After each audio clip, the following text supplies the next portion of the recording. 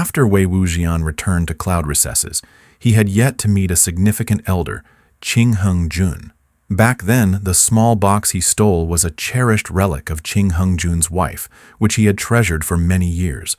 When Wei Wuxian was hiding at Lotus Pier, he had Zhang Fengmian return it to Gusu on his behalf. Throughout this whole ordeal, he never met Qingheng Jun face to face. After his return, he also intentionally avoided meeting him to admit guilt and apologize. Lan Wangji had told him that, ever since Wei Wuxian's departure, Qingheng Jun had come out of seclusion, resuming some of his daily involvement in clan affairs, and even inquired about the two brothers' situations, surprising the entire clan. For a while, everyone was unsure whether to be happy that their clan leader finally regained his position in the clan, or to marvel at the massive impact Wei Ying had caused. He had stirred things up so profoundly that Qingheng Jun, who had been in seclusion for years, was shaken out of his nest. One day Lan Wangji returned and said, "Father wants us to go to him." The apple Wei Wuxian was nibbling suddenly lost its flavor, as if he had been paralyzed and his soul had left his body. Lan Wangji couldn't help but glance back at him. Wei Wuxian scrambled up from the ground, too hurried to even wipe his mouth, and pulled Lan Wangji in panic. "How does father look? Will I be able to come back alive?" Lan Wangji used his thumb to wipe a bit of fruit off his lips. "Father looks somewhat angry." Wei Wuxian rolled into Lan Wangji's arms, grabbing his snowy sleeve, preparing to hide his head in it. I think I'll just not go."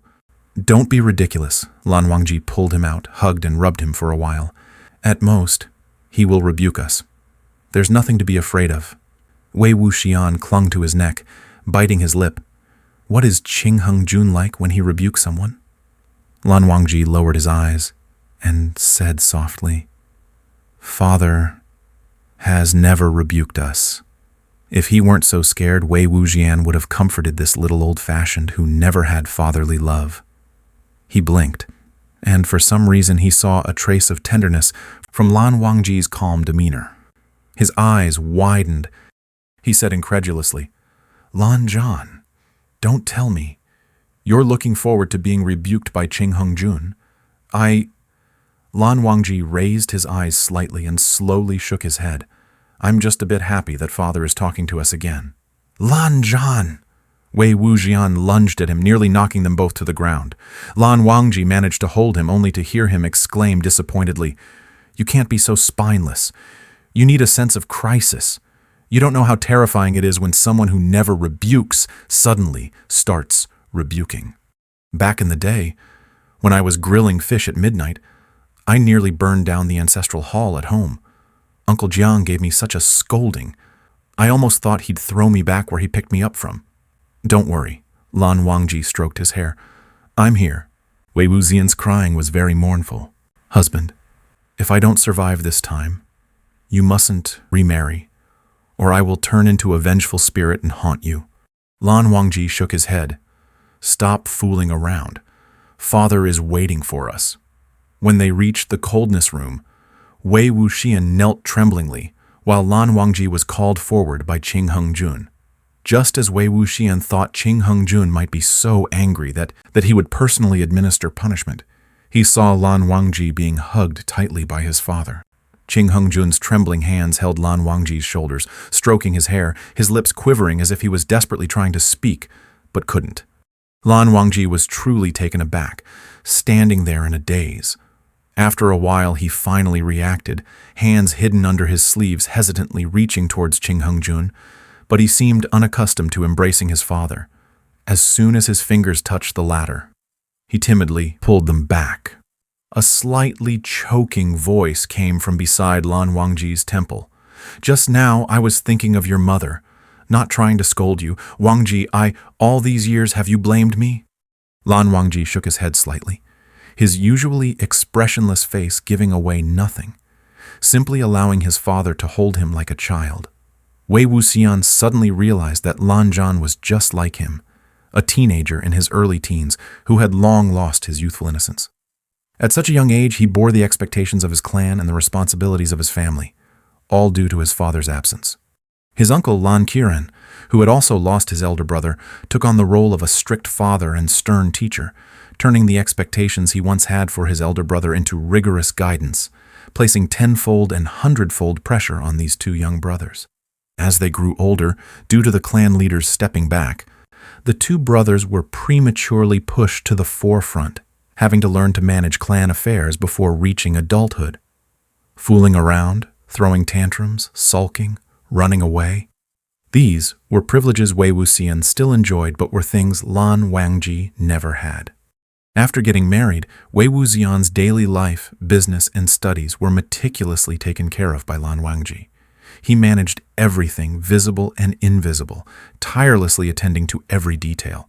Wei Wuxian was merely a carefree second madam, unable to help, and sometimes even causing trouble.